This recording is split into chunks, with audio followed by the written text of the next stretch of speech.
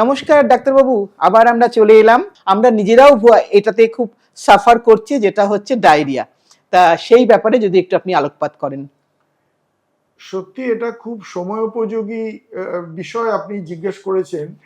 আজকে সকাল থেকেই আমি প্রায় 5 জন এরকম পেশেন্ট দেখেছি যারা আমার আন্ডারে ভর্তিও হয়েছে জ্বরের সঙ্গে ডায়রিয়া নিয়ে, এবং এর কিন্তু কোনো বয়স নেই। মানে 5 বছর থেকে 85 বছর অবধি সমস্ত ধরনের লোকেরই কিন্তু এটা হতে পারে। এবং এই গরমে তো প্রত্যেক বছরই ডায়রিয়ার প্রাদুর্ভাব বেড়ে যায়, এবং অনেকে যেখানে সেখানে জল খান, সেটা একটা ইম্পর্টেন্ট কারণ।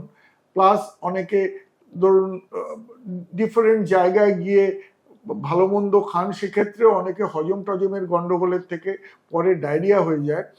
এবং আমি আজকে একজন পেশেন্ট আমাকে বলেছে যে কাল সন্ধেবেলা থেকে প্রায় 20 বার হয়েছে আমাকে। এক্ষেত্রে কি করণীয় ডাক্তারবাবু, কি করতে হবে? প্রথম করণীয় যেটা, ডায়রিয়া হলে প্রথম যেটা হয়, এতবার পার্জিং হলে যে ফ্লুইড লস হয় শরীর থেকে, কিন্তু আমাদের জল বেরিয়ে যায়। সেক্ষেত্রে আমরা হসপিটালে যখন ভর্তি করি তাদের আমরা জেনারেল ওয়ার্ডে তো রাখতে পারি না, আমাদের আইসোলেশন ওয়ার্ড আছে, আইসোলেশন ওয়ার্ডে অথবা কেবিনে ভর্তি করতে হয়। তাদেরকে আমরা প্রথমেই ফ্লুইড মানে শুরু করি, আইভি ড্রিপ যাকে আমরা বলে থাকি, আইভি ফ্লুইড। সেটা নর্মাল স্যালাইন হয়, রিঙ্গাল ল্যাকটেড হয়, নানান রকমের হয়। সেগুলো আমরা তাদের প্রথম দিকে যাদের ফ্লুইড লস কতটা কিরম হয়েছে সেইটা বুঝে আমরা তাদের ফ্লুইড চালু করি, এবং কিছুক্ষণ ফ্লুইড চলার পরই পেশেন্ট জেনারেলি দেখা যায় যে একটু সুস্থ বোধ করে। তখন আমরা তাদের অ্যাসেস করি যে কেন ওনার ডায়রিয়াটা হলো। ডাক্তারবাবু, এটা তো আপনি ভর্তির ক্ষেত্রে বলছেন যে খুব বেশি বাড়াবাড়ি হয়েছে। আর যদি ধরুন নর্মালি আমি বলছি, যেটা আমাদের সব ক্ষেত্রেই হয়, বাড়িতে থেকে কিভাবে মানে বাড়িতে থেকেও হতে পারে। এখন এই যে ওআরএস আমরা বলে থাকি, ওআরএস গুলে খান, ওআরএসটা এখন প্রি ফিল ফর্মে পাওয়া যাচ্ছে, যেটাকে আপনি জাস্ট স্ট্র দিয়ে খেয়ে নিতে পারেন। এই ওআরএস খেলে আপনার ফ্লুইড লসটা মেকআপ হয়ে যাবে। তার সঙ্গে আমরা অ্যান্টি ডায়রিয়াল মেডিকেশন দিয়ে থাকি, এবং এই ডায়রিয়া ভাইরাল ডায়রিয়া হতে পারে, ব্যাকটেরিয়াল ডায়রিয়া হতে পারে, এবং অনেক ক্ষেত্রে এই ধরনের ডায়রিয়া ফুড পয়জনিং এর থেকেও হতে পারে। আচ্ছা, আপনি বাইরে গিয়ে কোথাও চিংড়ি মাছ খেয়েছেন, যাদের অ্যালার্জি আছে, বা অন্য কোনো ফুড খেয়েছেন, সেগুলো খেয়ে অনেক সময় আপনার ফুড ইনডিউসড ডায়রিয়া হয়ে যেতে পারে, সঙ্গে ভমিটিংও থাকে। ভমিটিং থাকলে আমাদের হসপিটালাইজ পেশেন্টের ক্ষেত্রে আমাদের অসুবিধে হয় না, কারণ আমরা ইন্ট্রাভেনাস ওষুধ আমাদের হাতে আছে। কিন্তু যারা বাড়িতে থাকবেন তাদের ক্ষেত্রে অ্যান্টি ভমিটিং ওষুধ দেওয়াটা অনেক ক্ষেত্রে মুশকিল হয়, কারণ ভমিটিং এর ট্যাবলেট যেই মাত্র দিচ্ছি সঙ্গে সঙ্গে উনি বমি করে বের করে দিচ্ছেন। সেই সব ক্ষেত্রে আমাদের মানে সেগুলো ক্ষেত্রে আপনাদের কাছে আমাদের আসতে হবে, এবং আমরা নিজেরা কোনো পাড়ার ওষুধের দোকানে বা নিজেরা একেবারে নয়। এবং এটা সবসময় ডাক্তারবাবুর কাছে এসে ইমিডিয়েটলি পরামর্শ নেওয়া উচিত। তার প্রধান কারণ হচ্ছে, আপনি যদি ডায়রিয়াটাকে পারসিস্ট করতে দেন বা ডায়রিয়া চলতে থাকে, সেক্ষেত্রে কিন্তু ফ্লুইড লস প্রচণ্ড হয়ে যাবে, এবং সেটা অনেক সময় বাড়িতে তাকে ম্যানেজ করাটা মুশকিল হয়। সেক্ষেত্রে আমাদের হসপিটাল, আপনি জানেনই যে আইডি হসপিটালে এই ধরনের প্রচুর ভর্তি হয়। অনেক জায়গাতেই হয়, একটু আইসোলেশন দরকার হয়, কারণ এটা ইনফেক্টিভ ডিজিজ। হ্যাঁ, যদি একটু খাওয়ার কথাটা বলেন। ধরুন বাড়িতে যে পেশেন্ট আছে, ধরুন আমার মা বা আমার বাবা কারুর হয়েছে, সিনিয়র পেশেন্টের কথা বলছি প্রথমে, তারপরে আপনি জুনিয়রটাও একটু বলে দেবেন যে আমরা কি ধরনের ফুড নেব। ফুডের কথা বলতে প্রথমেই একটা জিনিস আমাদের জিজ্ঞেস করতে হবে পেশেন্টকে, যে আপনার সঙ্গে ডায়রিয়ার সঙ্গে কি ভমিটিং আছে বা বমি আছে না নেই। যদি বমি না থাকে তাহলে কিন্তু আমরা ফ্লুইডের সঙ্গে অল্প নরম গলা ভাত, একটু অল্প পাতলা ডাল দিয়ে বা শুক্তোর ঝোল দিয়ে এইগুলো খেতে বলতে পারি। আচ্ছা, অল্প করে খাবেন। অনেক সময় টক দইও খেয়ে থাকেন অনেকে।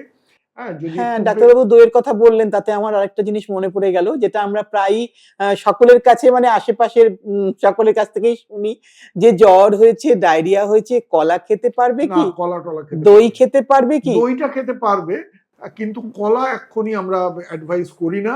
আচ্ছা। আর 2 নম্বর হচ্ছে, সেকেন্ড গ্রুপ যেটা, এটা প্রথম গ্রুপ যাদের বমি নেই, হ্যাঁ তাদেরকে আমরা একটু ভাত, তরল ডাল দিয়ে বা একটু শুক্তোর ঝোল দিয়ে খেতে দিলাম, মানে যেটা তার হজমে সাহায্য করবে হজমে সেরকম জিনিস। সাহায্য করবে এবং সহজ পাচ্য ডায়েট, সোজা কথায়। হ্যাঁ আর কিন্তু একটা গ্রুপ অফ পেশেন্ট আছে যাদের ডায়রিয়ার সঙ্গে বারবার বমি হতে থাকে, আচ্ছা তাদের কিন্তু আমরা মুখে তখন অনলি ওআরএস ওয়াটার ছাড়া অন্য কোনো জিনিস, তখন কোনো রকম সলিড ফুড বা অনেক সময় জিজ্ঞেস করে স্যার বিস্কুট খেতে পারবে, স্যার মুড়ি খেতে পারবে, স্যার চিড়ে দই খেতে পারবে না। বমি আচ্ছা। চলাকালীন যতক্ষণ না পর্যন্ত বমিটা বন্ধ হচ্ছে ততক্ষণ অবধি আমরা কোনো সলিড ফুড অ্যাডভাইস করি না। আচ্ছা আমরা চেষ্টা করি ওষুধ দিয়ে আগে বমিটাকে বন্ধ করতে। মানে বমিটা কন্ট্রোল হলে তখন আবার তার নর্মাল লাইফে সে ফিরতে পারবে। একদম একদম। কিন্তু বমি চলাকালীন কোনোভাবেই ওই Solid জিনিসগুলো food দেওয়া যাবে না। সলিড ফুড কিছু খাওয়া যাবে না। হ্যাঁ, আর এটা তো মোটামুটি হলো, এবং ডায়রিয়ার সাথে তো তার জ্বরের যেটা ব্যাপার সেটাও কিন্তু হ্যাঁ। ডাক্তারবাবুরাই দেখে দেবেন। হ্যাঁ যে অবশ্যই, কারণ এইগুলো বেশিরভাগ ক্ষেত্রে হয় কি ইনফেক্টিভ ডায়রিয়া আমরা বলে থাকি। ইনফেক্টিভ ডায়রিয়া হয়, সেক্ষেত্রে আমাদের ডায়রিয়ার যে ওষুধ আছে সেটা দিয়েই এই জ্বরটা কিন্তু কন্ট্রোল হয়ে যায়। আচ্ছা, আমরা তো আজকাল সবাই দেখুন কাজ করছি, ঘরে বাইরে যাচ্ছি, তা সেই কারণে এই সময় তো আমাদের রেস্টেরও প্রয়োজন আছে। হ্যাঁ অবশ্যই আপনার রেস্টের প্রয়োজন আছে, কারণ এই রকম অবস্থায় বাসে, ট্রামে বা পাবলিক ট্রান্সপোর্টে একদমই। যাওয়াটা খুব মুশকিলেরও ব্যাপার। হ্যাঁ হ্যাঁ সেই জন্য আমরা সবসময় বলে থাকি যে আপনি 2 দিন অন্তত ছুটি নিয়ে বাড়িতে থাকুন, পরে সুস্থ বোধ করলে তারপরে অফিস বা যেখানে হয় সেখানে আপনি যাবেন। এবং এই 2 দিন আপনি ফ্লুইড নিন, সহজপাচ্য খাওয়ার দিন, অল্প হালকা এক্সারসাইজও করতে পারেন, তবে খুব বেশি না, খুব বেশি ভারী নয়, হালকা করুন এবং রেস্টে থাকুন। আরেকটা কথা স্পেশালি জিজ্ঞেস বয়স্ক লোকদের তো এটা বলতেই হয় আমাদের। আচ্ছা, আরেকটা কথা জিজ্ঞেস করি, ধরুন এই যে আমরা ধরুন সাপোজ আর কি, যে আমরা যারা কাজ করি, রাত বেরোতে হচ্ছে, কোনোদিন হয়তো টিফিনটা আমরা মিস করে গেলাম, বাড়ি থেকে করে নিয়ে যেতে পারলাম না, এবার কোনো কারণে বাইরে কোথাও খেয়ে হয়তো আমাদের ডায়রিয়া হলো, মোটামুটি কতদিন লাগে সারতে? 2 দিন তো লাগবেই, মেবি 3 days। আচ্ছা 2 থেকে 3 দিনের ভেতরেই এটা কন্ট্রোল হয়ে যায়। এখন আমাদের যেরকম ভালো ওষুধপত্র আছে সেগুলো ঠিকঠাক দিলে বা ডাক্তারের অ্যাডভাইস যদি আপনি ঠিকঠাক মেনে চলেন, তাহলে আমার মনে হয় না খুব একটা অসুবিধা হবে। তবে হ্যাঁ, অনেক ক্ষেত্রে ডায়রিয়া প্রচণ্ডভাবে হচ্ছে এবং তার সঙ্গে প্রচণ্ড বমি হচ্ছে, সেই সব ক্ষেত্রে কিন্তু বাড়িতে রেখে দেওয়াটা অ্যাডভাইসেবল নয়। কোনো রকম ভাবেই সেটা করা যাবে না, সঙ্গে সঙ্গে হসপিটালে নিতে হবে। তার কারণ হচ্ছে যে এই যে আপনার ডায়রিয়ার সঙ্গে বা বমির সঙ্গে যে ফ্লুইড লস হচ্ছে, সেক্ষেত্রে কিন্তু অনেক সময় এটা ফ্লুইড লস হয়ে কিডনি শাটডাউন হয়ে যেতে পারে, সেরকমও আমরা দেখেছি। সুতরাং সেই সব ক্ষেত্রে সবসময় প্রায়োরিটি বেসিসে হসপিটালে নিতে হবে এবং হসপিটালে গিয়ে চিকিৎসার ব্যবস্থা করতে হবে। তার মানে এটাই বোঝা গেল যে সুস্থ থাকতে গেলে আমাদের দেখুন রোগ তো আমাদের হবেই, কারণ এটা তো শরীর, মানুষের এবং বডি। এই সময় কিন্তু এটা ভীষণ রকম হচ্ছে, হ্যাঁ এই মুহূর্তে আমি বলছি ভীষণ রকম হচ্ছে।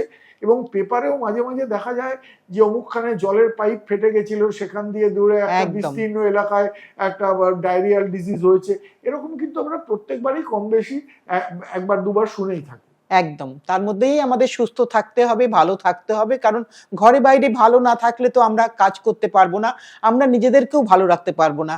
তাই এই ব্যাপারটা ডাক্তারবাবুর কাছ থেকে শুনে আমাদের অন্তত অনেকটা উপকার হলো, যে অ্যাটলিস্ট ডায়রিয়া হোক বা জ্বর হোক, তার রেমেডি আছে।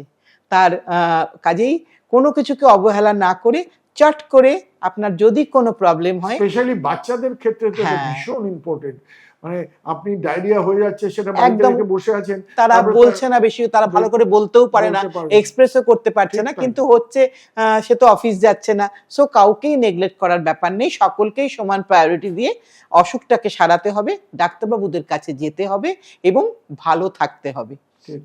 তাহলে এটাই আমাদের আজকের টপিক ছিল, যে ডায়রিয়াটাও আমাদের কিন্তু ভুগছি আমরা, তার কি কি করলে আমরা ভালো থাকবো সেটা জেনে নিলাম ডাক্তারবাবুর কাছ থেকে, এবং কতদিনে মোটামুটি ভাবে ভালো হতে পারি, খুব সাংঘাতিক না হলে সেটাও আমরা জেনে নিয়েছি। আর যদি ভালো লেগে থাকে, আপনাদের কোনো কাজে লেগে থাকে এই পরামর্শ, প্লিজ চ্যানেলটিকে একটু লাইক, একটু শেয়ার, একটু সাবস্ক্রাইব করবেন, কারণ আমাদের সকলকেই একটাই কথা, ভালো থাকতে হবে। আজকের মতন এখানেই শেষ করছি। ধন্যবাদ। ধন্যবাদ।